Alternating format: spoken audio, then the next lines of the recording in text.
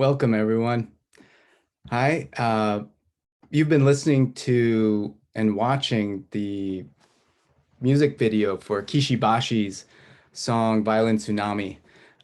It's a beautiful song, it's an amazing animation, and I wanted to start our conversation, our webinar off with sharing that lovely piece. So I hope you guys enjoyed that.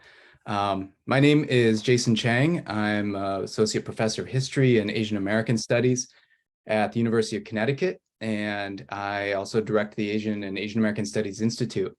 Welcome, everyone. I also want to begin by recognizing that I'm speaking here to you guys live and direct from Wanggung, Sikyok, and Tunxis land in Connecticut. And that these forms of recognition really bring into focus the kinds of long legacies of forced removals and incarcerations of many different kinds of people.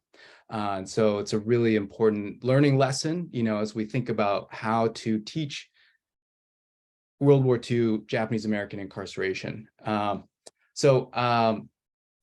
This is a regular event here at UConn. We celebrate or we commemorate the Japanese American incarceration with a day of remembrance that's been in practice here at UConn since the 1990s. And UConn is the home to the first college course in Japanese American World War II experience, and has been taught here also since the 90s.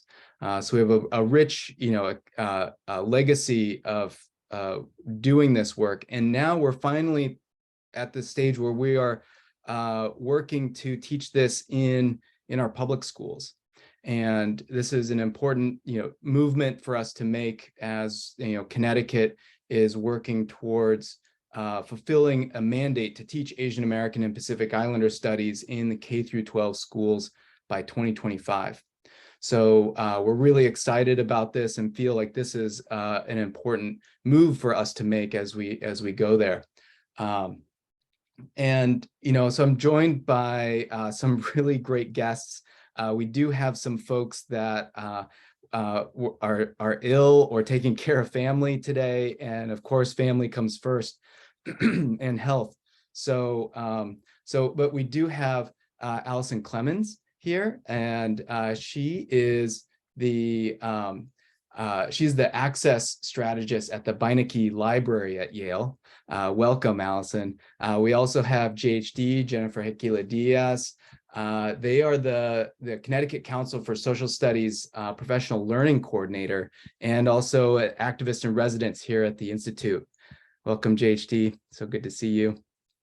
And we also have Fred Lee, who is my associate, my colleague here at UConn, associate professor of political science and Asian American studies. And lastly, we have a really special guest. We have Eira Prakash, who is a Farmington High School student and member of the AAASI K-12 Advisory Board, who has been helping guide our work and help to review and think about the things that we need to do better as teachers to reach more students and to be more equitable in how we teach Asian American history and Asian American studies in our schools. Welcome, everyone. First I thought I'd love to ask you, Eira, like in your education in Connecticut, have you been taught about the Japanese American World War II experience? Oh.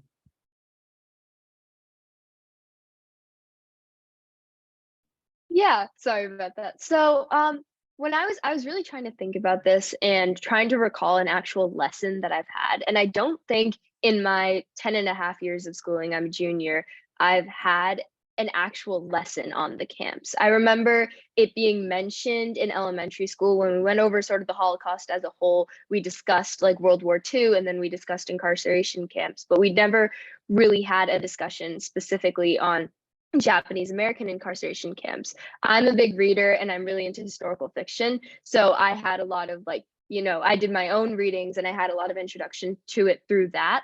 but I'm taking AP US history this year, and we're just starting our unit on World War I and World War II. So I'm hoping to get a little bit more detail about that now. But so far in the 10.5 years I've been in the public education system, I haven't actually gotten a lesson on it now. Yeah. Yeah, thanks for sharing that. Well, I hope that you get those lessons in the AP course as well. What would you say if I told you that that there were Japanese Americans who were allowed to leave the camp, that leave the concentration camps to come to Connecticut to go to UConn? I did not know that. That's really cool, actually, the fact that they were given those opportunities.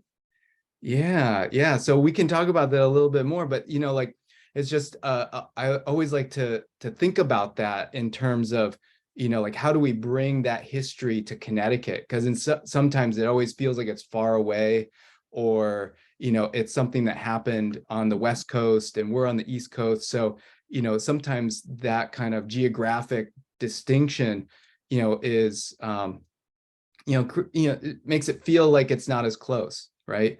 But yet they have these experiences here, and they did some oral histories at the Center for Oral History at UConn. So there are some really great things that that students can read about, firsthand experiences of leaving the camps, taking a train, settling in Waterbury, right? Like all these great stories that really show what that life was like.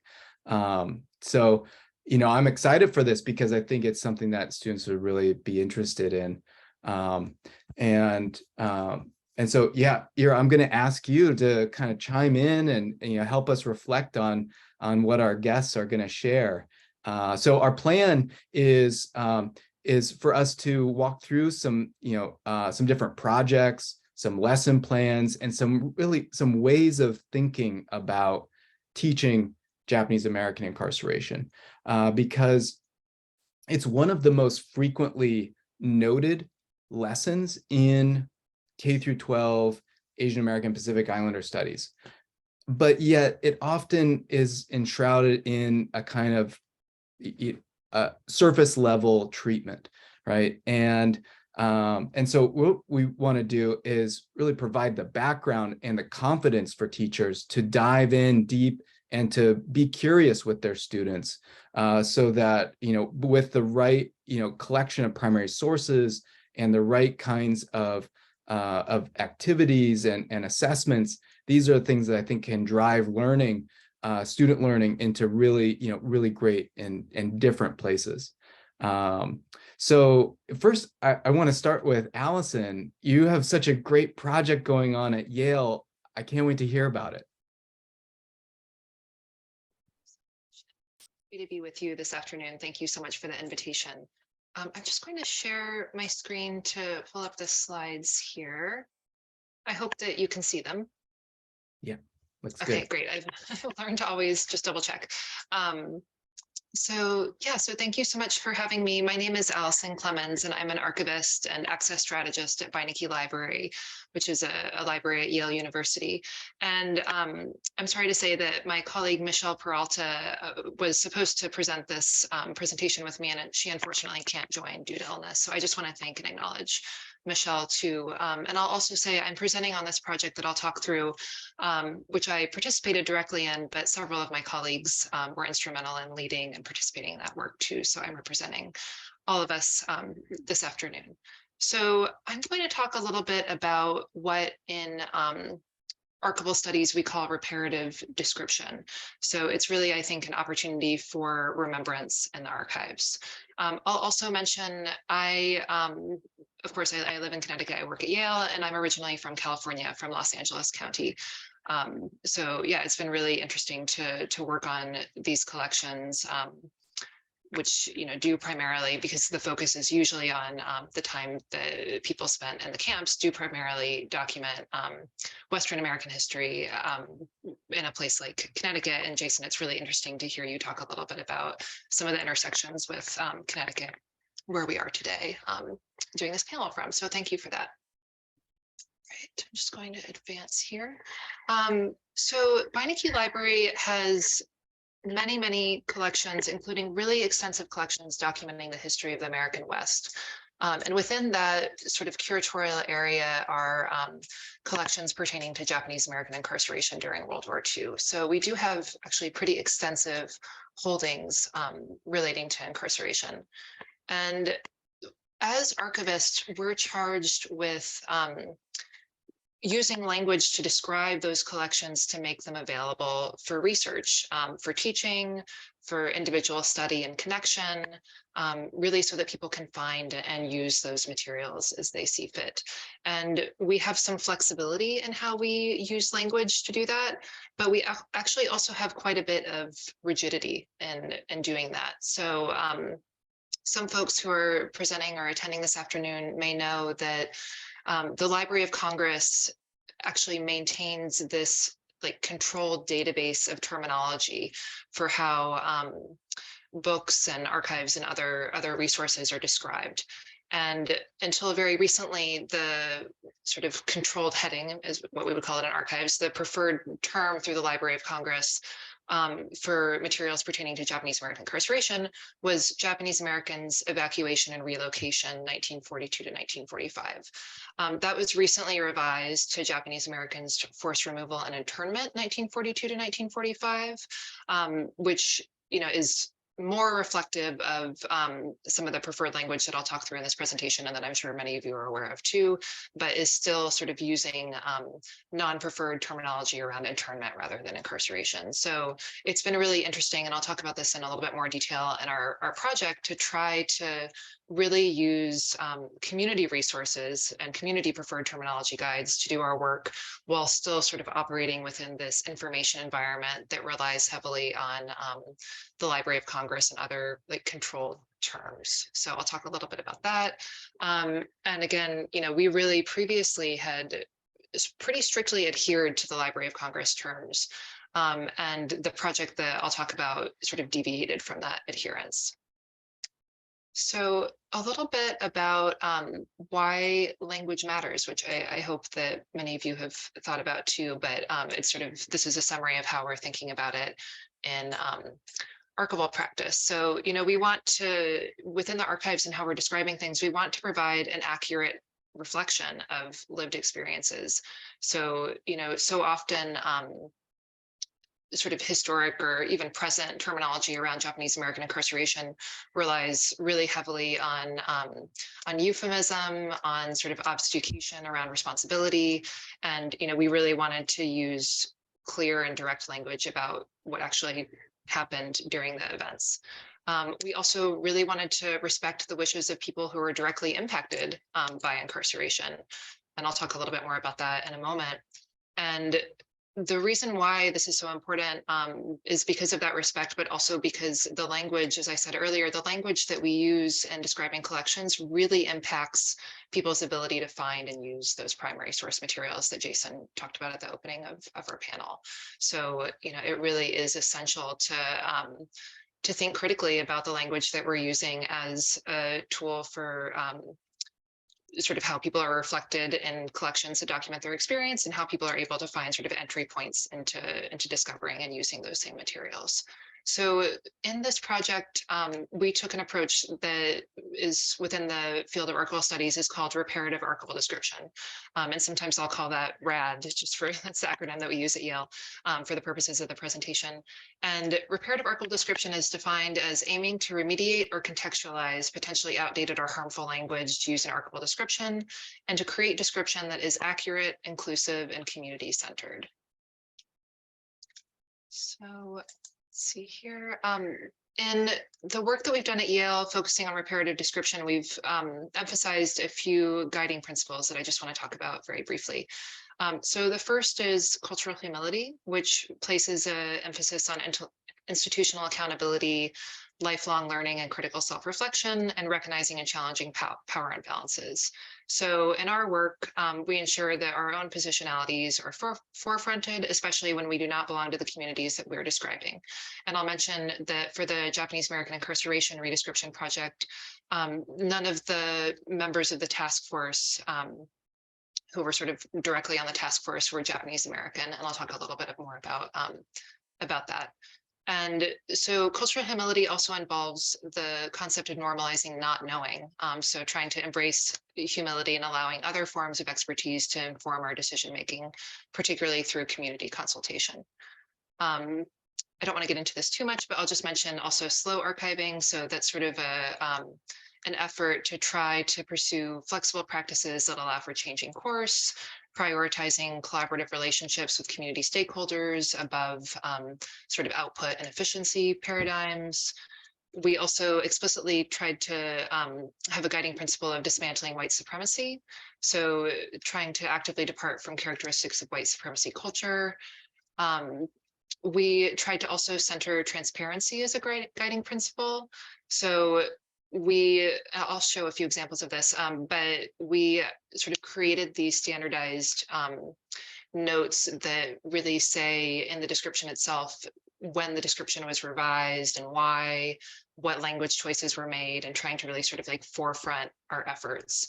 So really not trying to erase previous description, but really to contextualize it and revise it if necessary, in cases where it's harmful to users or people who are represented in the collections. And we also, in our work, we've really thought about this redescription and language choice work as iterative. So drawing attention to the need for resources and workflows to be assessed for impact and emissions over time. And then in some ways, I think perhaps most importantly, we've really focused on collaboration and consultation. So putting an emphasis on developing and maintaining mutually respectful and dynamic partnerships with communities. So that is really time-intensive work, but has been absolutely essential for us in conducting the work that we've done on campus. So a little bit more specifically about our project. So we started the project in 2019, and what we did was we looked at several resources that are created by and available through Japanese American communities, particularly through the Japanese American Citizens League and Densho. And we felt very fortunate because there was, obviously there's never sort of total consensus, but there was, relative consensus in the Japanese American community around preferred terminology pertaining to Japanese American incarceration. So we had a really, I think, relatively easy start of it because, we had a clear sense of what Japanese Americans sort of preferred around terminology. So, incarceration rather than internment, et cetera. And because of our desire to really prioritize transparency and community consultation in our work, we partnered directly with JACL and with Densho, and they were able to consult on the project with us alongside a few campus consultants that we had too. So we also had a faculty member at Yale, Mary Lou, serve as a consultant for us, and two of our librarians here at Yale, a librarian for American history and our librarian for Japanese studies, also consulted with archivists who worked on the project. So we tried to really bring a variety of voices into the conversation and to have a really strong consultative relationship, particularly between JACL and Densho. So, we reviewed the resources that they'd already created on our own time, but, we were also in close conversation with them about reviewing our project plan, talking through our approach. We created our own local preferred terminology guide too that they were able to provide us feedback on. So it was a really fruitful and generative relationship that we were able to build with them. And we also, in the end, we wound up doing some shared community programming with them and other work that was just really rewarding, I hope, for both parties and certainly for us. So that was a really positive experience, and it was instrumental to the success of the project. So in the end, it took us a few years to get through, particularly as you see, we started, I think, actually in November 2019. So quite a lot changed over the course of the project. But we have now completed redescription for about 80 collections, and that includes photograph collections, family papers, government records. So we have some records of the War Relocation Authority, for example, typed and handwritten manuscripts like diaries, et cetera. So we were able to redescribe about 80 of those kinds of collections. And I'll just show very briefly two examples, or I think actually really three examples of some changes that we made. So you can see on the left, there's a note that we had describing a collection that says scrapbooks, record books, and memorabilia, chiefly relating to the educational and library activities at the relocation center. And then it talks about memoirs describing feelings on being relocated. And you can see in the after version, we've named the relocation center. So we haven't sort of like, if in cases where relocation was used in sort of an official place name, we've retained that because that's sort of like the name of the site. But we've contextualized it by saying that it was an American concentration camp, which is what was in our preferred terminology guide. And then we say, 9 scrapbooks made and bound by the students, as well as their memoirs documenting their accounts of being incarcerated. So you can sort of see a few differences there. And then quite similarly, for this before and after, you can see on the left, it refers to residents of the camp, and again to evacuation or relocation, and again, residency of the camp, which we changed again to incarceration, forced removal, et cetera, another preferred language. And in those records, if you sort of look at the full version in our catalog, like I mentioned earlier, we do also have notes that say things like, this record was revised in 2020 to update harmful or outdated language. I can't remember the exact, we have a few different options sort of depending on the context, but it sort of points people to the fact that the record has been revised, and it also says previous versions of this record may be available, and it prompts people to contact us if they're interested in seeing those earlier versions. So we did want to retain the previous versions as sort of their own historical records of how we've described things previously, but we wanted to center the current preferred terminology in the record itself. So that's how we've approached it. And we did also have a few cases where there were collections that were presented with very little context about Japanese American incarceration. So, they might be a scrapbook that just says, very briefly something like scrapbook from, whatever high school at a camp. And that's sort of like all it says about it. And in those cases, we thought it would be appropriate to add a contextualizing note, sort of explaining what the context was for the people who are incarcerated and created the materials. So that's sort of the working version that we adapted if there really was not sufficient historical context for people to understand the origin of the materials. So that's the note that you see there. And just a few things about our project outcomes. So, I think first and foremost, it's wonderful that we have more accurate and respectful descriptions for the material. We're really happy about that. It's also allowed us, as I mentioned earlier, to really create and maintain a good working relationship with our community consultants. So that's been a real gift to us. And, I mentioned earlier, we've done some programming, particularly with Densho, and it's just been a really positive working relationship. And yeah, I could talk more about that, but I'll leave it at that for now. It's just been a really all around good experience. We also did create a preferred terminology guide, as I mentioned, for collections documenting Japanese American incarceration. And I can share some of these links in the chat too. And it also allowed us to sort of create processes and sample language for doing similar work in future projects focused on different subjects. So we've already started some of that work, and I'm happy to answer any questions about it. But it really allowed us to sort of dive into doing this reparative description in a way that we can take lessons learned from and is extensible to other collecting areas for us. So a few takeaways that I've thought about, which is reparative description is very time intensive because it requires so much thought and so much community consultation, and very rewarding. It's been, I think, a really positive learning experience for the archivists and other staff involved at the library. As I mentioned, there is still some continued work to do with Library of Congress terms, which is a whole other forms, but certainly something that I do want us to keep our attention on. And I mentioned a moment ago, we do continue to work on other topically focused areas and using our same guiding principles and practices to do that. And something that we would like to do in the future, and we started doing a little bit, is seeking feedback from people actually using the collections too, to see, what their reactions are.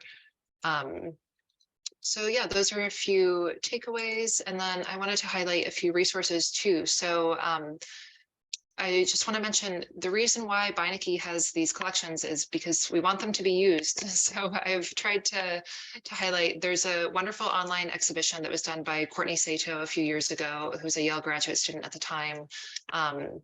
Again, I'll put the slides, I hope, in the chat so that you can see the links. But I think if you just Google Yale Out of the Desert, it'll come up too. She did a beautiful online exhibition that pulls in resources from Beinecke and other places at Yale so that you can sort of see them in your browser. And many of them, through that exhibition are available online, but all of our collections are available for people to use at the library. And, we welcome people of all sort of educational contexts, self-learners, high school students, college students, K through 12 instructors, anyone who's interested in using the collections is welcome to come and see them in our reading room. And, I think Yale can seem like a very closed off place. And that's something that we're working really hard to communicate about, is that we have these things because we want people to use them. So I hope that, perhaps this might spark some interest in some of you to come in and look at the collections either online or in person too. And I've included some links to our working groups page and our guiding principles that I talked through. And then we also have a list of the catalog records that we worked on during the Japanese American Incarceration project. So I think I'll leave it at that, and I'll just say thank you so much. I am so excited to learn from the rest of the panelists and looking forward to the discussion. So thank you. And please, anyone is welcome to contact me too. I put my email up there because I would be so happy to hear from anyone. So thank you. Yes, please get in touch with Alison. Her and her team are doing amazing work out there. And I'm going to reclaim the screen, I think. There we go. Cool. That was so wonderful. I mean, I think, but the first question I want to ask is to Eira, what how did that sound to you? And do you have any questions for Alison? Yeah, I love that. I think that a huge part of, especially in like when you're educating, when you're teaching other people about this stuff, is that we tend to water down the impacts of what really happened, right? And we tend to sort of make it seem like, oh, they were evacuated, they were relocated, they were fine, it wasn't as big of a deal. But making sure that you use this exact terminology really, puts into perspective what it really was like and the impact that it had on these people, which I think is great. How would you distribute, or like how would these resources be used from just like if I wanted to do a project on this or something, how would I, and like what would I use? Yeah, that's a great question. I think, there are so many different approaches that someone could take. As I mentioned a moment ago with the Out of the Desert exhibition, a lot of these materials are online, so they're sort of, at your fingertips, so to speak. But, otherwise I would say, if you wanted to work specifically at Yale, I would go to the Yale catalog. You could just search Yale Library and start doing some searching around Japanese American incarceration and see what you turn up. You could also go to the list of Yale records that we included in the pilot project to just sort of see what kinds of resources are included there. I think it depends on the kind of project that you would want to do. We have a lot of firsthand accounts and diaries, which I think are really amazing and interesting. So I can see, lots of potential for, like creative projects too. So, things that are inspired by personal experiences.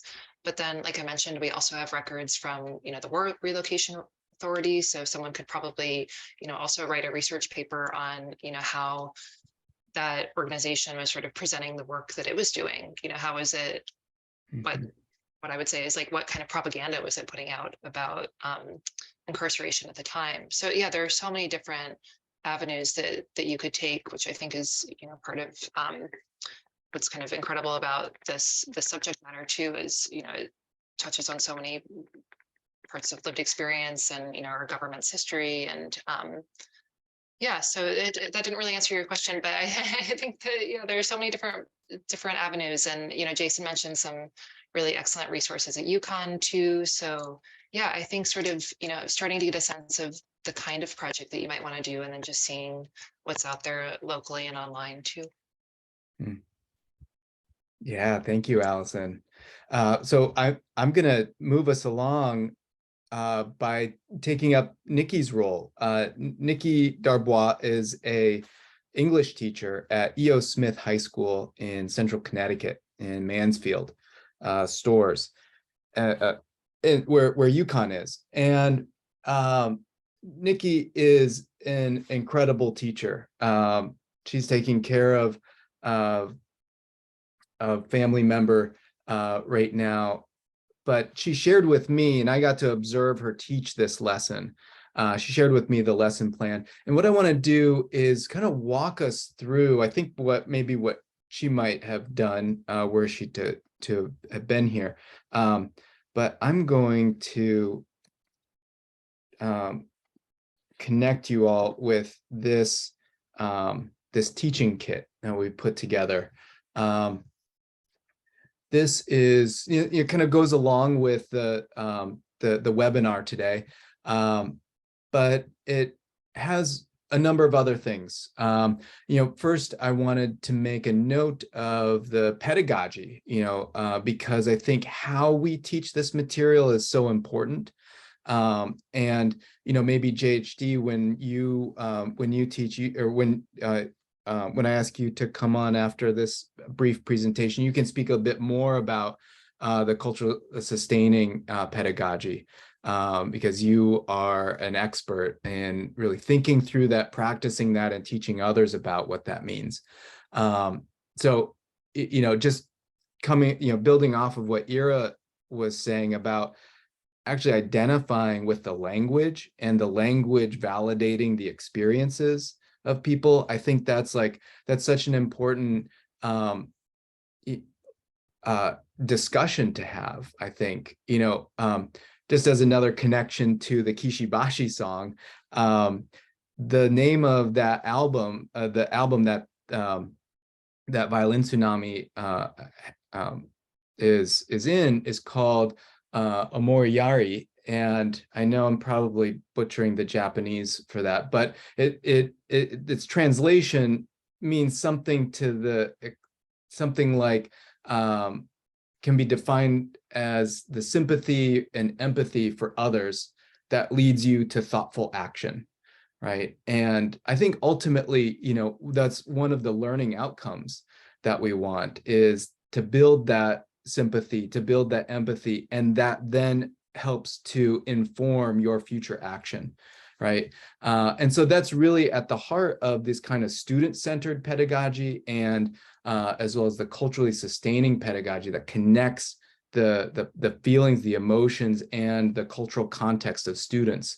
And then also the trauma-informed pedagogy, right? So using that as an emotional lens to look at, say, those incredible scrapbooks you have at Yale, the Beinecke, that really would, I think, connect to those other social emotional learning outcomes that we need in schools. And so having that grounded in other source material, I think, is such a strong, way to teach.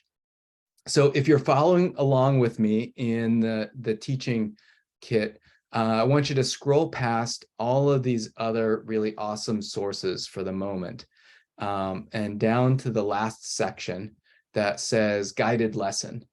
And here, maybe what I'll do is I'll share my screen so we can just have everything on one screen here. Let's see here.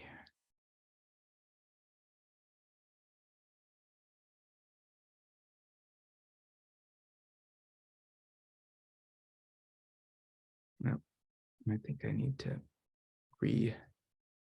share. Hold on a sec.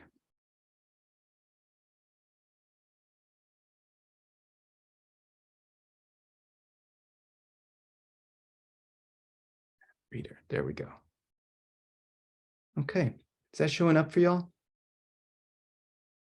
Yeah. Okay, very good. Okay, so this is a lesson designed by Nikki. I helped out a little bit, just the tiniest bit. This is Nikki's, work here in, we call it Japanese American Incarceration Then, Justice Today, right? Meets, K 9 through 12 ELA standards, as well as social studies standards. We have a list of resources here that go from, some sociology of race to a more editorial discussion of racial politics. The documentary by PBS, Question of Loyalty. George Takei's They Called Us Enemy, graphic memoir of being incarcerated, and a poem by Sada Maruyama, and poem while being from the camps, and then also a primer on the prison industrial complex by Ronnie Stevens. And so here we have some learning objectives, right, that are driven by the source material and really kind of, built, they're sequentially, put together in order to guide students in this learning. And so, what Nikki designed was this way of developing a kind of competency around ideas of race, because in order to have a conversation, it was important that students understand sort of the difference between a legal construction of race and a social construction of race, right? And so these were an activity that she designed where individuals could reflect and fill in their definitions or experiences around certain constructs of race, and then go through what she called a gallery walk, right? Where posting these on the wall, the individual reflections, allow people to then walk around and read other people's insights and their experiences with those kinds of categories, or thinking of race in these different formats, right? That then was the basis for another round of discussion, but this time in groups.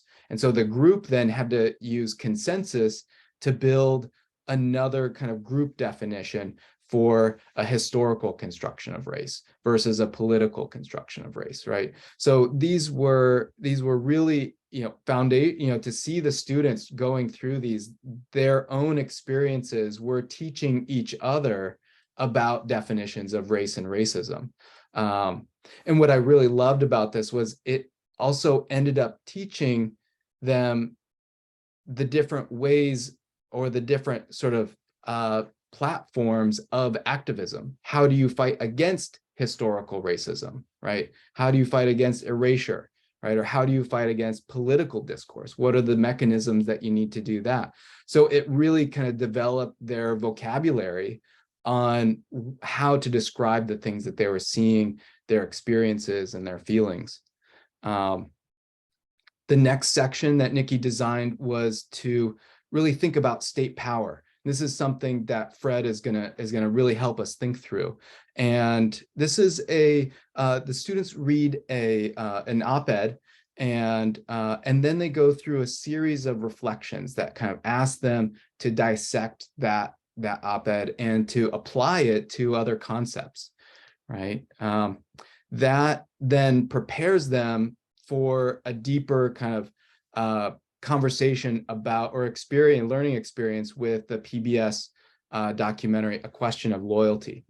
And this is, really something that that is, their, kind of keystone, document, or first entry into that, those experiences of Japanese Americans being incarcerated. And so that provides, another kind of, source material. They're reading in other sections of this, they're learning from each other through discussion, and then they're watching video, right? They're watching a documentary. And so mixing those different source material, I think, is a really engaging way to bring students in. And I think what is important about juxtaposing all of these different pieces of evidence together is that helps to put a frame around the historical event. When we think about the ways that Japanese American incarceration is taught, sometimes it just exists on its own, right? but if we zoom out historically, temporally, spatially to look at other practices, right? The longer history of the Japanese diaspora, right? The longer history of US imperialism in the Pacific and conflict with Japan, these larger dynamics end up informing the things that students are reading, listening to, watching in any one particular moment, right? And so that's, I think, a part of building that confidence in teaching is helping to build out that backstory so that teachers can help to create a rich environment for students to make inquiries and for the teacher to make those larger connections, those larger, arcs, right? So like when Eira was talking about, oh, maybe we might get it in the World War I, World War II section, it's like, great, I hope it's there, but what were the things in other sections that inform that, right? How does it set the stage for other conversations in the later part of that class, right? So that's something that Fred's going to be speaking about more. But that quick pause there was, really just to also highlight that, Nikki chose for her students to read, they called us Enemy by George Takei. It's another, beautiful, graphic memoir. I think I have it right here. So it looks like this, wonderfully illustrated. And, the students then use this, this source material to build their own kind of visual vocabulary, not only their textual vocabulary, but a visual vocabulary of how to tell stories through images and what kinds of information is being conveyed in the image. So these are some really important ways to ground first person narratives, and then students are also then asked to read a poem by Sada Maruyama about loyalty that helps to bring in the political realities and those emotional the emotional reality as well of being incarcerated. So having a archival description, right, that really captures that firsthand experience, I think is so important to frame how, and validate the content of these people's lives. So this really rich set of, texts, videos, primary sources, discussions leads to the final part of the lesson, which is how do you promote equity today? And this begins with a discussion of the prison industrial complex in order to really show that Japanese American incarceration during World War II was not an isolated incident, to show it as a structural feature of the United States and of many other countries. But in order to understand that, we have to kind of break the container of Japanese American incarceration and allow it to apply to many different other spaces, people, experiences.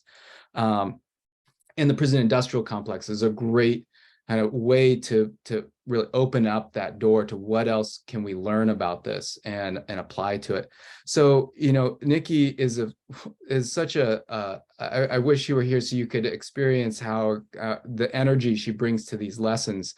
But she also just inspires her students to think of new ways of showing their learning. Her students make comic books and zines and social justice posters, infographics.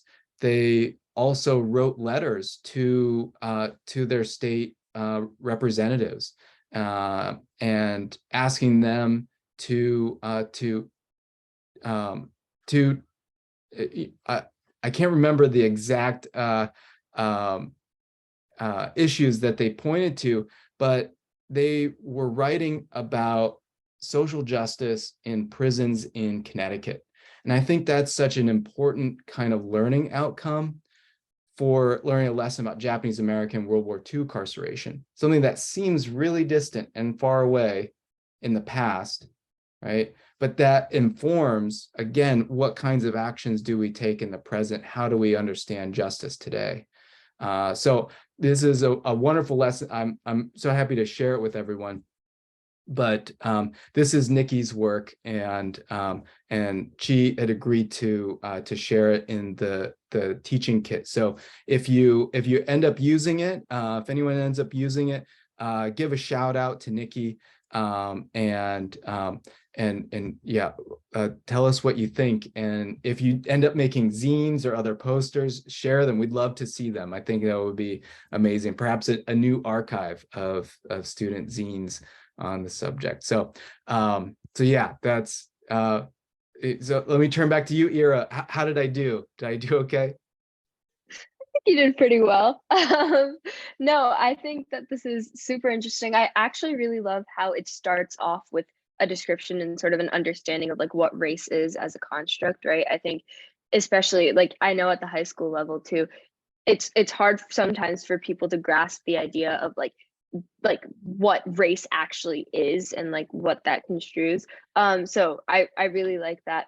I was just wondering, I know you talked about this a little bit, but going into it a little more, this is such a niche topic that deals with like Japanese Americans specifically, right? So why is the whole idea of intersectionality and applying it, like how can you apply it to a broader scale when you take this idea, and why is that so important? Yeah, I mean, I think that's like such an insightful question, because when we look at any topic, I mean, it could be just this, you know, we could just use Japanese American incarceration as one sort of lens by which to analyze things. Intersectionality is an awareness of the ways that different identities, different systems of oppression overlap and affect each other.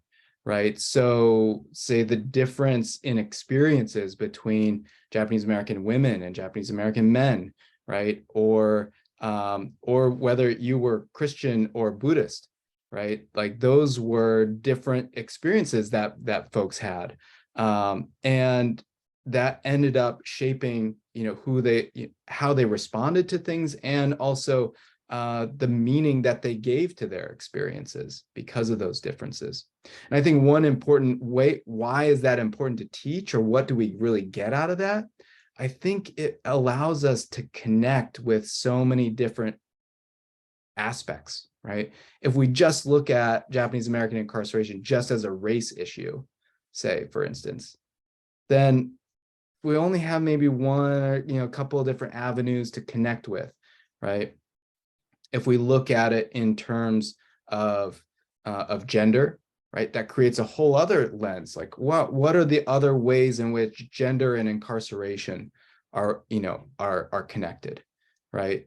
Or if we look at, you know, the ways that that class affected this, right? So a class analysis of Japanese Americans, you know, being, you know, evacuated, being taken and displaced out from the West Coast, largely from the West Coast, what we see is that Japanese Americans ended up handing over a huge amount of assets and wealth to the white planter class of the West Coast, right? So they had largely farms and other stores and, you know, other things that were pretty valuable.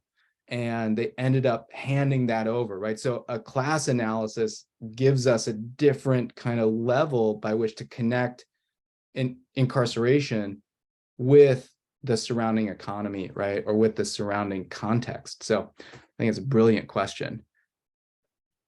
Yeah.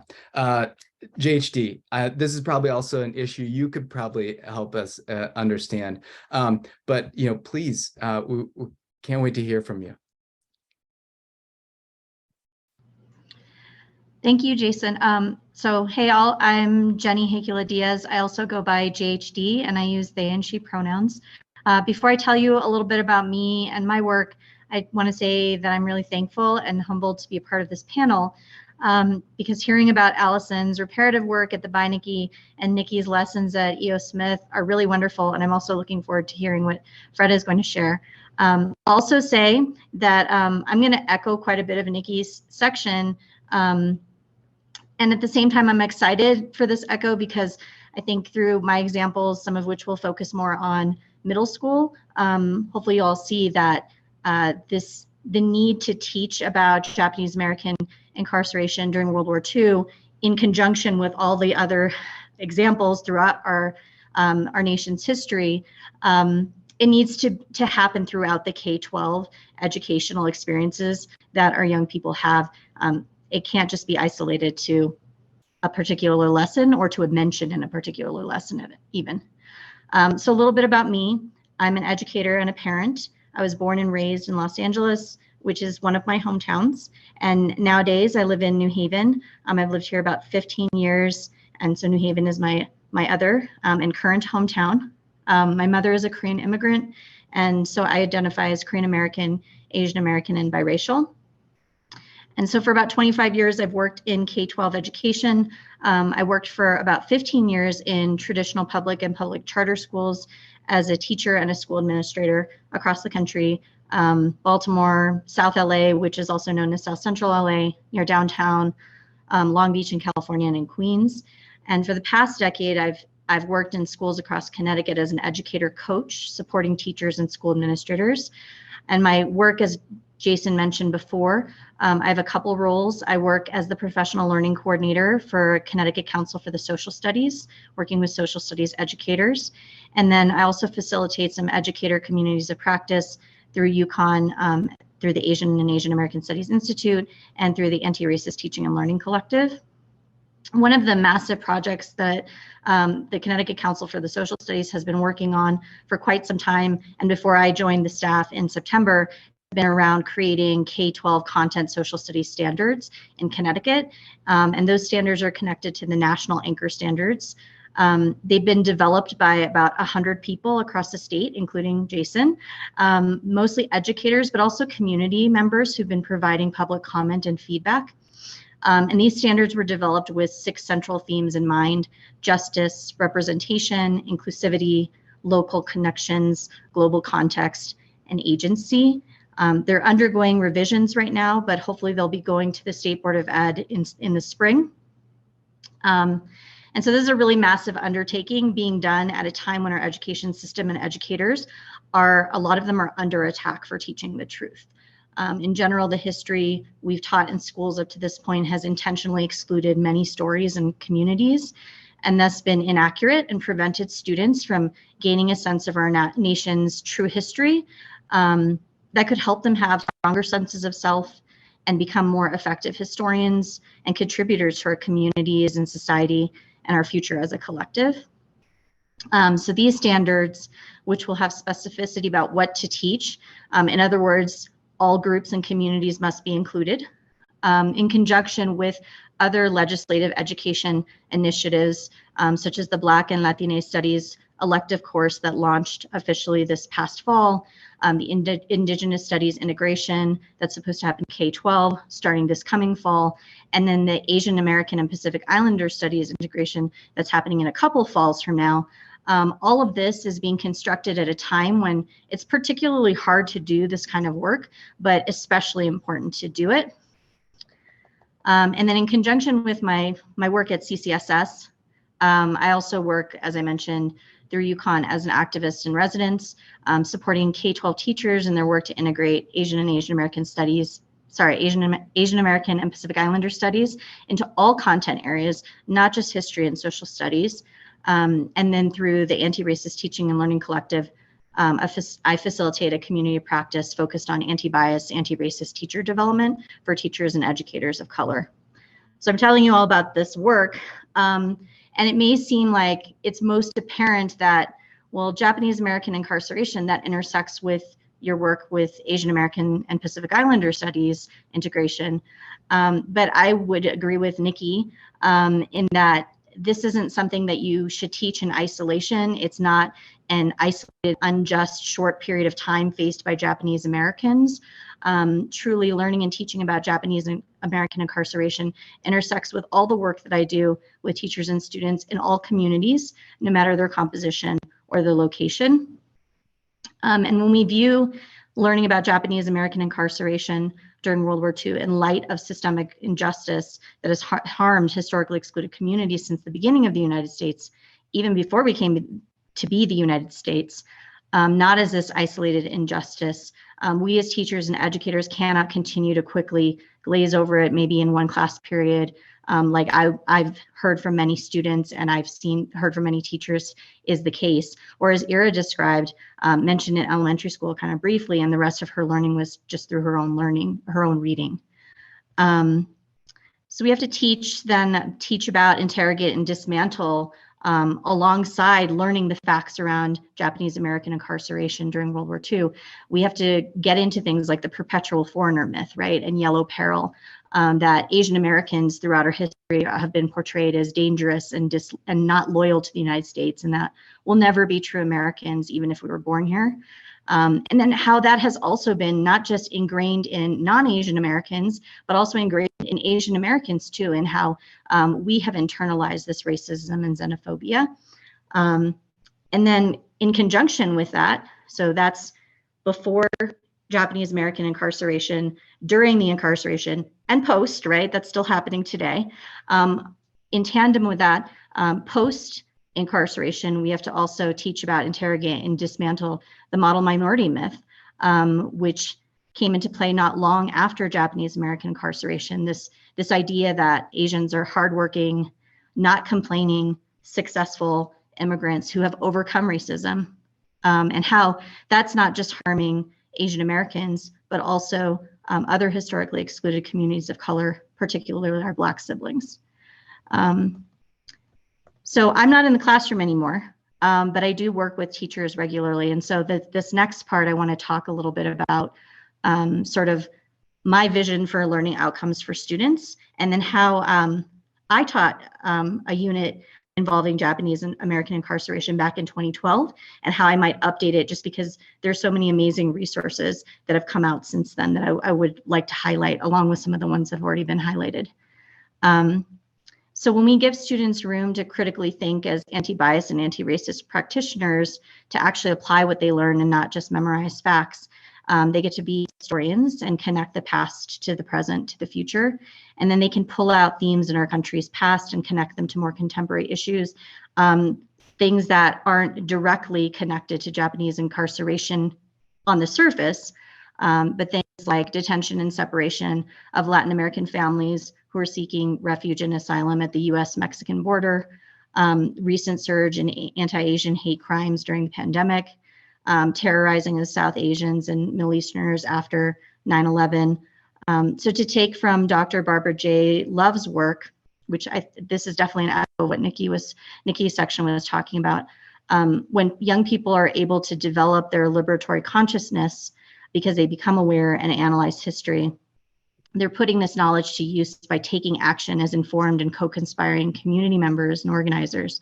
And all of us benefit from this, this connection of past to present to co-creating a better future. And that's really what guides me in terms of learning outcomes for students. It's that bigger picture of what are we really trying to get at in education. So back in 2012, that was my last year of teaching in a public school. I taught about Japanese American incarceration during World War II in an 8th grade humanities course. It was a combination of English and US history. And I taught an integrated unit where we learned facts about Japanese American incarceration as a backdrop for reading the memoir Farewell to Manzanar. And since then, in the past decade, I've learned and unlearned so much. So when I reflect back on that unit that I taught, I know I could have done more to support students in making those connections across time periods, across historically excluded communities, experiences, and across examples of systemic oppression in order to support my students in taking informed action. So today, if I were to design learning experiences with teachers, I would want to make these learning experiences even more integrated and collaborative across grade levels and content teachers, to include English, history, and the arts. I would still want to use a really powerful story. I think that's essential. And nowadays there are even more texts to choose from, so it'd be hard to decide. But especially because, as Jason mentioned before, I'm not an expert, but I am constantly growing as a culturally responsive and sustaining educator, which means I'm focusing units of study, the development of them, not just to sort of like do education to my students, but to do it with my students. That means getting to know them so I can center and affirm them as humans and value the education they bring with them from their families and their communities outside of the school building, to value their interests and their strengths, while also providing windows into stories and worlds that are different from theirs. So let's say I were teaching those same 8th graders back 10 years ago. Based on all that I know about those wonderful humans, I would actually choose a graphic novel as well. I would choose this one called Displacement. If you haven't seen it before, it was published originally in 2019. So again, this is all hypothetical, right?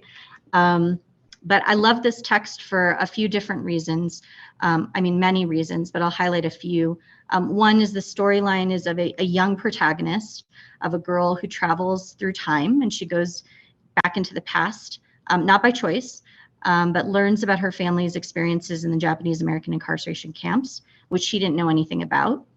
Another thing that I really love about this text is that the characters are not all on the same page about what to do in this experience that they're having being imprisoned, which I think is a really important part of understanding our history, because especially around this question of loyalty, some people in the text, and this is kind of creating a binary, I don't think it's as simple as that, but some people in the text believe that loyalty is standing by leaders and countries' decisions and not questioning them.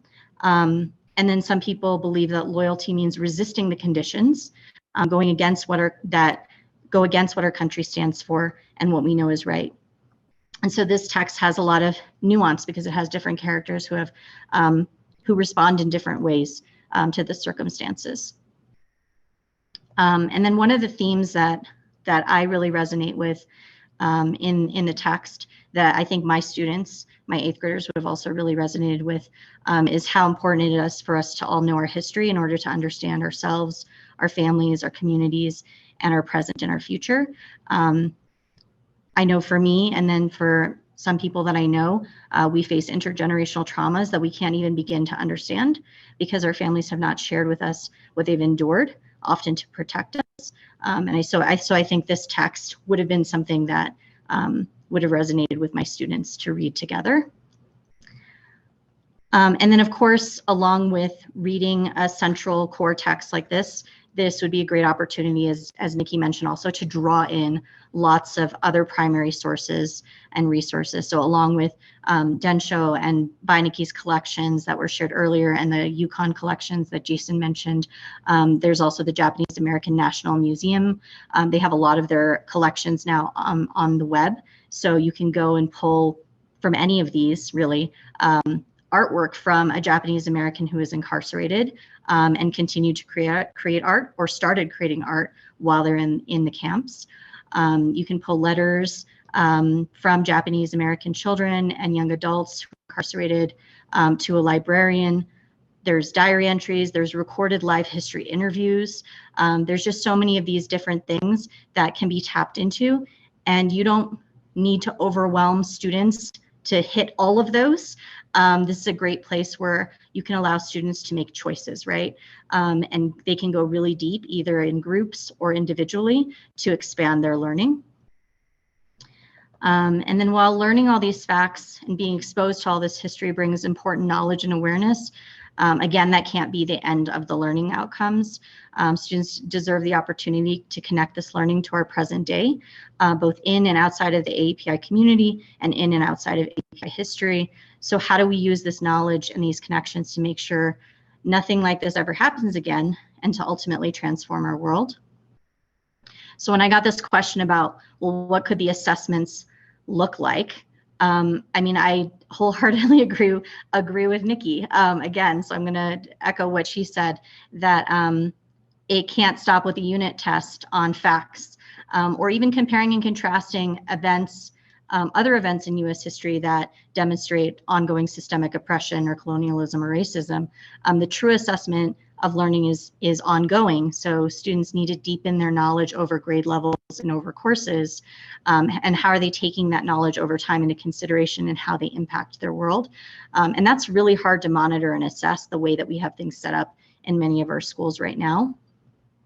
But for me, so these are a few things that I would say. So if we're focusing back on this hypothetical unit, or this unit that I would change and revise, having them go from knowledge acquisition assessment to analyzing and then taking action. For me, Japanese American incarceration during World War II is definitely not a closed chapter of history. So while our government did offer a formal apology and monetary reparations to surviving Japanese Americans who were incarcerated, after learning about this injustice and through lines of injustice in our nation's history, our students are going to ask, whether we ask them or not, questions around, was this sufficient? Was the apology sufficient? Was 20K in reparations sufficient? What else should be done and could be done to right these wrongs? And then what can I do about it, right? Students are going to ask these questions whether you ask them or not. So whether you go the route of that focusing on the legacy of Japanese American incarceration, or you have students connect to other injustices across historically excluded communities, there's lots of authentic and relevant ways that students can take their learning and basically be activists, right? Tap into that liberatory consciousness that they're developing. And that, again, benefits all of us, right? So they can create or construct a memorial, a mural, a movie. They can circulate petitions, write letters to legislators, speak up at a Board of Ed meeting, plan and lead teach-ins for their peers or for adults in their community. And all of these are important demonstrations of students applying their learning. But again, they need to be student-driven, so having student voice and choice in them, I think, are really important. And sometimes we adults who feel like there needs to be standardization so it's easier to compare things, we need to let go of that. Because that's not really how learning works in the world. So getting our students to get those opportunities, these young people to do that, I mean, it would be amazing, because imagine if all of our students did that, not just the ones who are going to go and do it anyway, whether it's part of a class or not.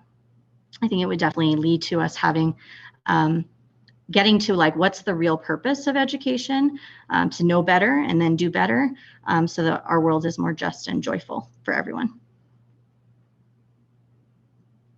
Thank you, I'm done talking. Yes. Oh my gosh. Eira, I don't know about you, but I want to be in a classroom with JHD. Oh, for sure. Yeah. If you were my 8th grade history teacher, I would have loved to hear about these things in a classroom. I was actually, so I had a couple questions. You said so much interesting stuff. When you talk about sort of getting into the details and getting into, like, having kids understand the impact and then take that outside of the classroom, what does that look like on different grade levels? Because, like, a high schooler might be comfortable, going to a Board of Ed meeting, but like elementary school or at the middle school level, how do we make sure that they're still understanding the impact of it at different ages? I mean, while there are things that are age appropriate, I think we also have to consider, again, going back to that culturally responsive piece that I was talking about. When you really get to know your students, you're able to help them figure out what are the ways that they're going to take their learning and apply it. That's not to say always let students stay in their comfort zone and do the thing that they are naturally drawn to, because all of us know that change and growth requires sometimes really pushing ourselves out of those places that we feel comfortable or feel like we have strengths in. But I think part of that is really getting to know your students and their families and their communities in ways that that can then help you decide, well, what are the different types of projects that my students would want to apply this learning to? So I'm going to give you a really vague answer and go with it depends, because I think it really does depend on the students in your classroom. So it shouldn't look the same every year.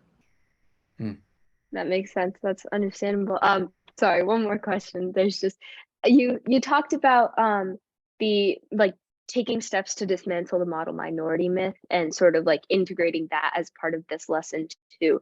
I've had so many experiences with, people making assumptions or assuming things since I'm Asian, and that idea of the model minority myth coming into play. What sort of steps, and you can give another vague answer for this one because it's like a really broad question, but what sort of steps would, teachers or educators take to get rid of that or use this lesson to sort of dismantle those ideas in the class?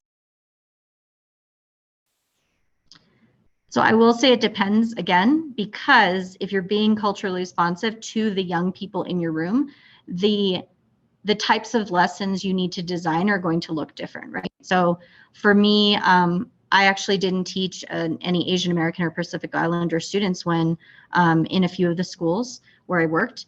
That would definitely mean that the types of lessons that I taught my students would be different, because when I did start working with Asian American Pacific Islander students, we're now talking about internalized and socialized racism, right? That looks different. So it does depend on the composition of your students. I do think no matter what race your student is, there are going to be some like similar themes, because there are things that we do as teachers and adults to young people where we don't even realize that we're perpetuating some of these things. So for example, in the communities of practice that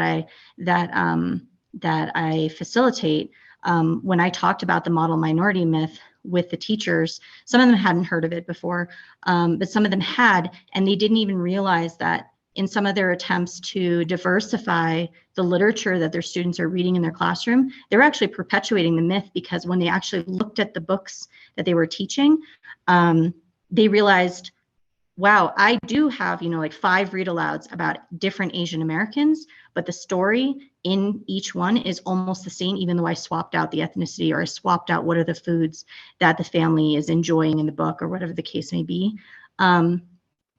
So now I think I'm getting a little bit rambly, but my point is that it does depend on the composition of who you're working with, and also like where they are with thinking about some of these myths and lies and systems of oppression. It's a continuum for all of us, for me too, right? Like I have learning and unlearning to do as well. Thank you, JHD. So good to have your partnership in all this work. I'm gonna switch gears, and go to Fred. Fred, we've kind of built up this conversation now around the concepts, the pedagogy, on the source material, the different ways that we can approach this topic. And I think, I'm really looking forward to what you have to share, because I think it can help us to again develop that language, that vocabulary, and to be able to identify those things that we can translate into other kinds of learning, whether it's the intersectionality or it's the interracial dynamics that happen in the model minority, in model minority politics. So anyway, I'll stop talking. Fred, take it away. Thank you for the invitation, Jason. I'm learning quite a bit from this panel and the fellow panelists. Thank you for everyone who's sticking around. I know it's almost 5:30 on a Thursday, and we've all had a full day. My day started at 9 a.m. So thank you for being here. This is going to be a little bit of a research-based talk, but I think there are implications for teaching, insofar as I'm going to raise the question that Alison raised at the very beginning about the basic description of Japanese incarceration. And I would just reiterate and co-sign what Jason, Nikki, and JHD have already said about rejecting one basic description, which is the one-off wartime mistake isolated incident. And I just want to be ultra clear about why we reject it. One reason is political, because we want to build solidarity across racially minoritized communities and show that the forms of discrimination and state subordination that happened with Japanese incarceration are also present in a variety of other cases.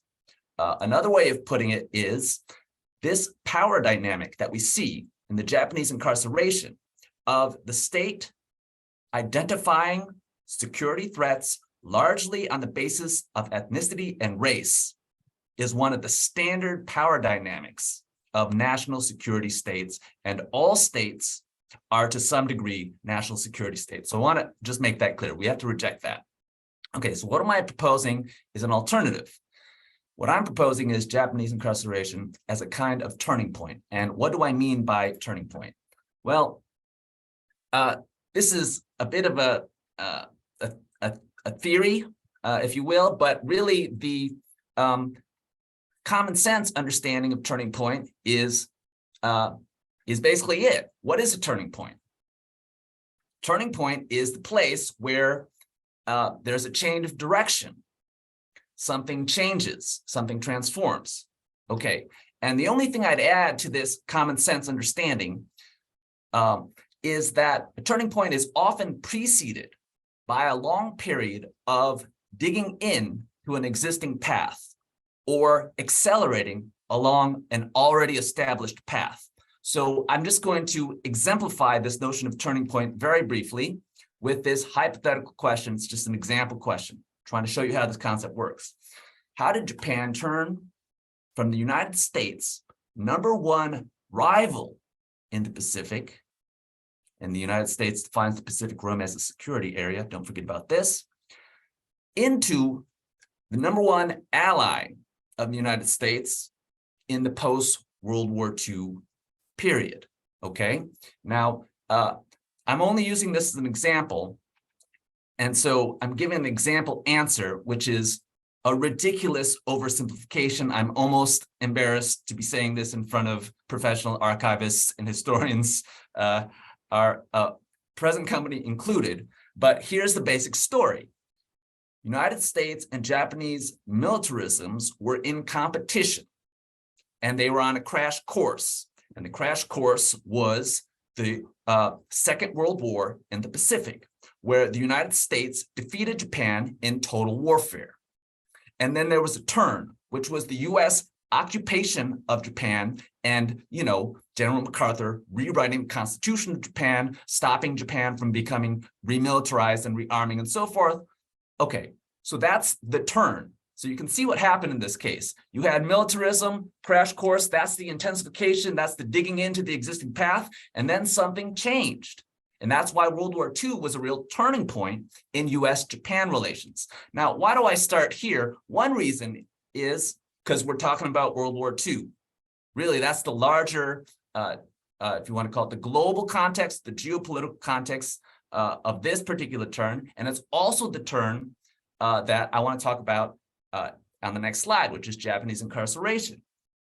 And here I'm drawing on the work of a political scientist named Don Nakanishi, who was at UCLA for a long time. He was really one of the first generation of Asian American scholars in political science. And he made a very nice point, which is the fate of national minorities, not only in the case of Japanese incarceration, he was Japanese American himself, the fate of national minorities, scare quotes around that, often turns on international relations. So we always, you know, if we're thinking about drawing connections, we always actually have to think about both the international situation as well as the domestic situation. And the reason those fates are tied, domestic with international, is precisely due to something JHD already talked about, which is the forever foreigner, the perpetual foreigner stereotypes and state treatments, which basically says you're not really American and you are therefore associated with and tied to this other nation state. Okay. Why is Japanese incarceration a turning point? Well, here is the provocation, and this comes to another theme that Eira and JHD were just talking about. It's the model minority bit. And the thing I would try and remind people is that model minoritization of Japanese Americans actually originated as a national security project. So I would say it's not just soon thereafter, Japanese incarceration. I would say it was during the incarceration itself, and especially in the releases from the concentration camps, that the notion of model minoritization first emerged. Now, if you want to pose this as a provocation, it's that the idea of model minoritization was actually invented by war relocation officials, war relocation authority officials. Okay, so that would be the provocative way of putting it. And here's the question. And again, it's to help us get at this notion of turning point. How did the US turn Japanese Americans from aliens ineligible for citizenship? This was actually a legal category, barring, and it referred to the fact that Japanese Americans could not naturalize. They were not born in the United States. And enemy aliens, this is another state category. So enemy aliens is the official designation for Japanese Americans during World War II. How did they go from aliens ineligible for citizenship into enemy aliens? Enemy aliens into, let's call it provisional citizenship, which means, yes, you're one of us, but you know, there's a little bit of extra suspicion around you, and maybe your belonging is always, you know, in danger of being taken away. Okay, so that's provisional citizenship, and model minorities, you know, which we've already been talking about today, so I won't get into it. So here's the idea. Japanese incarceration was the endpoint of a long line of state-driven anti-Asian racism. And you can back this up all the way to things like alien land laws, which prevent, you know, this goes back to what Jason was talking about with competition with white landowners and agricultural industry in California, for example. Okay, so restrictions on Japanese American property rights, okay? Restrictions on naturalization, which I've already talked about. And in general, ideas like East is East, West is West, and there's no such thing as a Japanese American. Japanese incarceration was the almost logical outgrowth of all that anti-Asian state-driven racism, okay? And the endpoint of that path, which was accelerated as, you know, after the bombing of Pearl Harbor, was these concentration camps.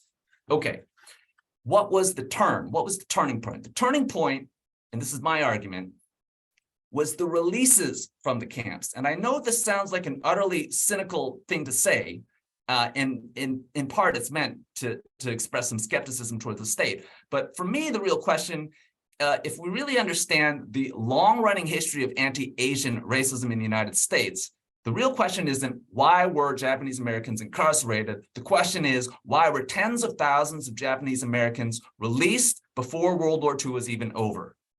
Why were Japanese Americans unincarcerated? And I think that's the provocation, and this is also the basis of the claim of the turning point. Because what happened? Well, basically, the United States government became more discriminating, more willing to differentiate Japanese, 120,000 Japanese Americans who were living on the West Coast within these so-called military areas, these exclusion zones, and to start differentiating between, let's call it, different types of Japanese people. And what was the state doing? Well, it was releasing workers. Why? Because, you know, there was labor shortages. Okay, especially in the agriculture industry in the United States. It was releasing students. And, you know, this goes back to Jason's original comment about Japanese American students leaving incarceration camps and coming to UConn classrooms. And it was releasing soldiers. Soldiers were very important for this project of sort of model minoritizing Japanese Americans, because what is the ultimate test of loyalty?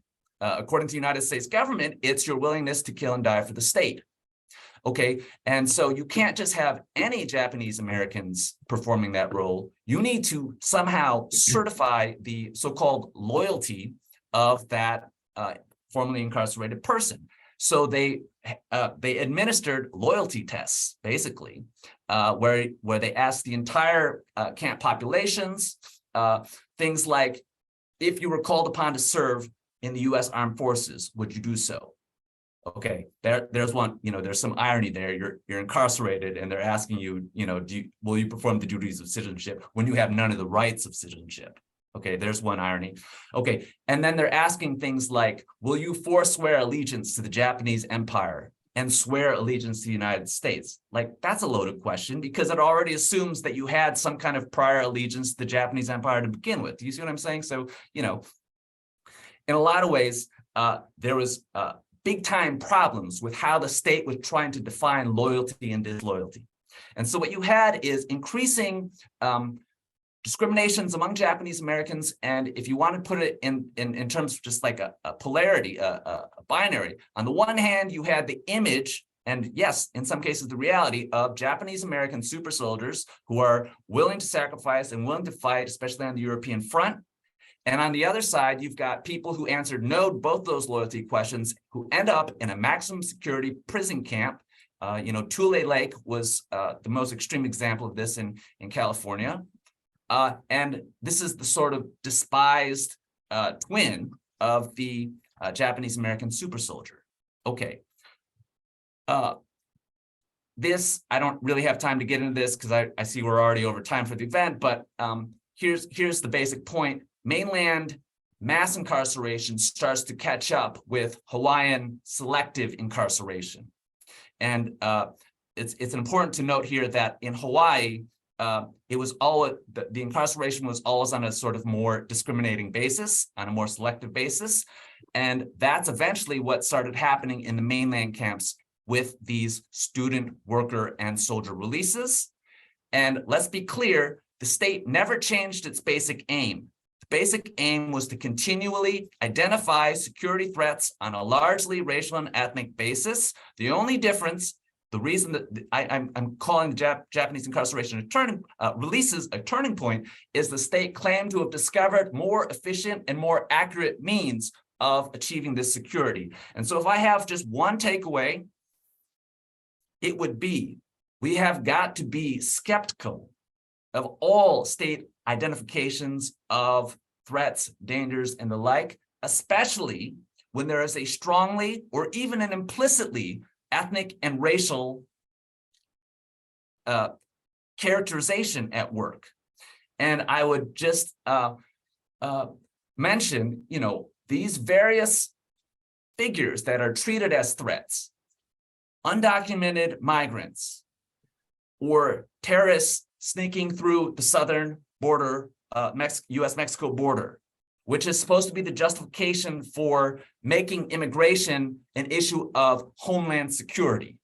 You see what I'm getting at? Or the idea during the 80s and 90s that there was a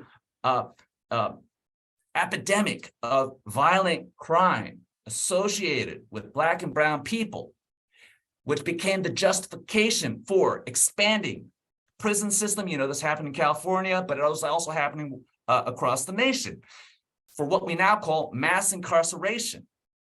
Okay, and of course, the case we're talking about, Japanese incarceration. In all these cases, what we're seeing is the state proclaiming that there is a crisis and then attempting to resolve the very crisis it fabricated in the first place. So we have to be skeptical here. And I'm not saying never believe the government or whatever.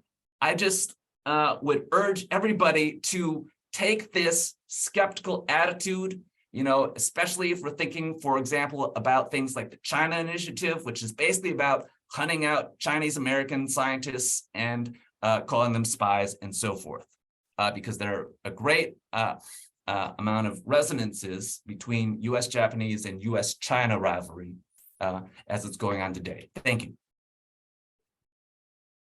Wow, Fred. I thought you said that you don't research this topic, but you don't teach this topic, but that was an incredible lesson.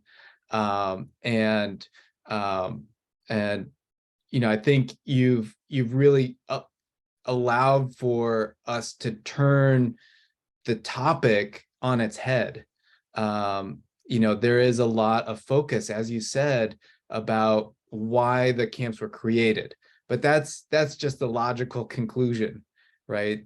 Why were they released? That's the bigger question that I think, forces, people to, I think forces students, teachers to wrestle with understanding the primary sources in a different light, right? To add other interpretive analyses. So I think your skepticism, the point about skepticism is, I think about questioning interpretations, right?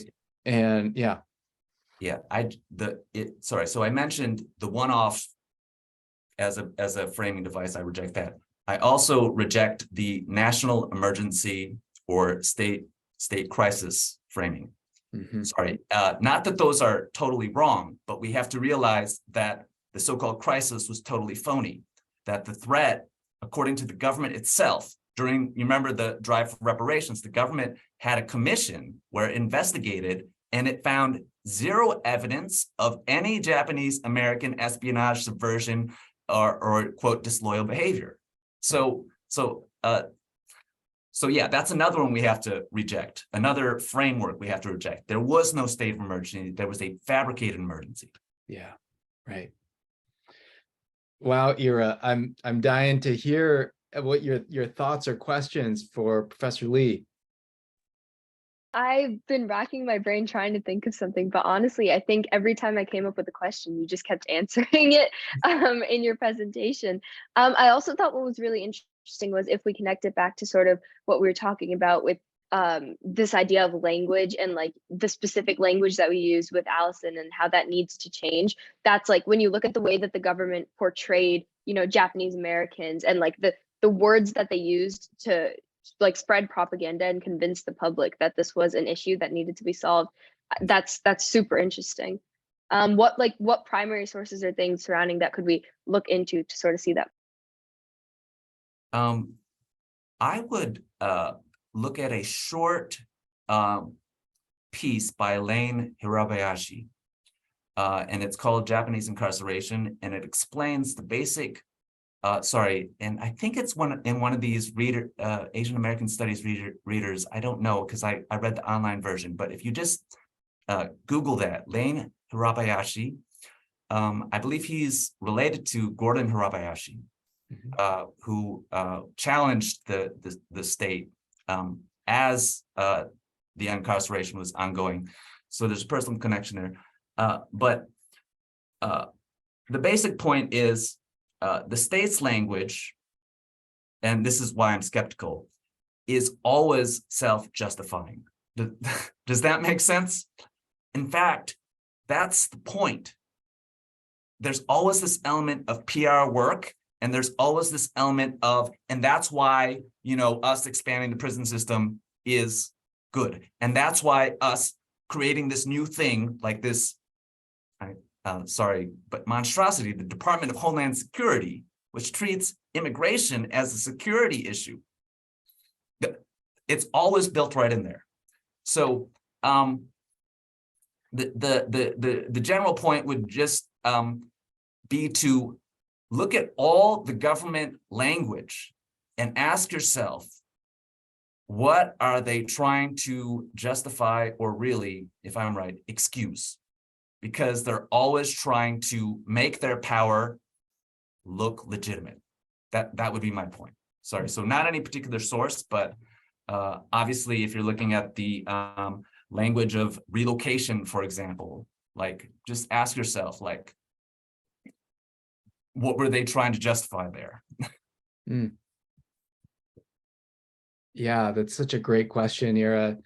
Fred, this is such an important takeaway. And one thing I might point to is in the teaching resource in the teaching kit that I've shared, I did find several instances of the Connecticut newspapers, mainly the Hartford Courant, covering Japanese American incarceration, and even found a notice, the sort of advertisement to Connecticut residents about about Executive Order 9066, and reassuring Connecticut residents that it would not affect them, that this was for their security, for their safety. And so even though we see it practiced in the West Coast, it was a national message, right? It was applied to every square inch of the U.S. territory. That's a very important point you raised there, Jason. So in addition to the self-legitimizing or self-justifying nature of official language, another part of it is trying to get citizens to buy in or to, quote, consent, and to think, oh yeah, the government is looking out for my best interests. Oh yeah, the government is fighting the security threats and so forth. The other thing I want to thank you for, Jason, is I neglected to mention, it's Ellen Wu's thesis, The Color of Success, that model minoritization. That's not my thesis. So I would check out that book. There's an audiobook, and it's very accessible, and it's a great book. It's brilliant. Yeah, no, just to support, the conversation. So I did put some things in the chat that as people were talking, it reminded me like, oh yeah, like there was a Japanese American labor camp in New Jersey in Seabrook, right? So there are many ways that we can expand the story and keep the inquiry going, such as the evacuation and incarceration of Latin Americans of Japanese descent, right? The incarceration of Aleuts in Alaska during the same period. So there's many ways in which this topic can generate really great lessons on other subjects and other topics. And one thing maybe I'll end with is by talking about reparations. We did cover some of that in here, but the reparations for Japanese Americans was one of is a very salient kind of example of what a program of reparations has looked like in the past. And as everyone has said, like, is this sufficient? Students will ask that, and as you said, JHD, and that is an important conversation that's ongoing today about reparations for African Americans. The Black experience in the United States has always called for reparations, right? And it was African Americans, Black legislators who really championed Japanese American reparations in the 80s, right? So there's really important lessons here beyond just learning about the firsthand experiences of Japanese Americans during World War II. But this is really such, for me, this is kind of an invitation for everyone to continue the conversation and to build on the research, on the research and the teaching kit. We'll be posting this recording on the Institute's YouTube channel, and in the description of the event, we'll have a link to the teaching kit. So you'll have all those resources right there. And please, if you ever want to reach out or to partner for lesson development, or if you're looking for a professional development with your department, or at the high school, or the social studies faculty in your school, or your any of the other classes, we are here as a resource. We want to support this inquiry any way that we can, and this is really I'm so excited to have had Eira here with us, because really it's all about the students. And just Eira, thank you for joining us. I'm sure I hope this didn't feel too much like homework. No, this is amazing. Thank you so much for having me. And I loved hearing from all of the panelists. Awesome. Okay, great. Well, JHD, Fred, thank you. Awesome, guys. Okay, take care, everyone. Have a good evening.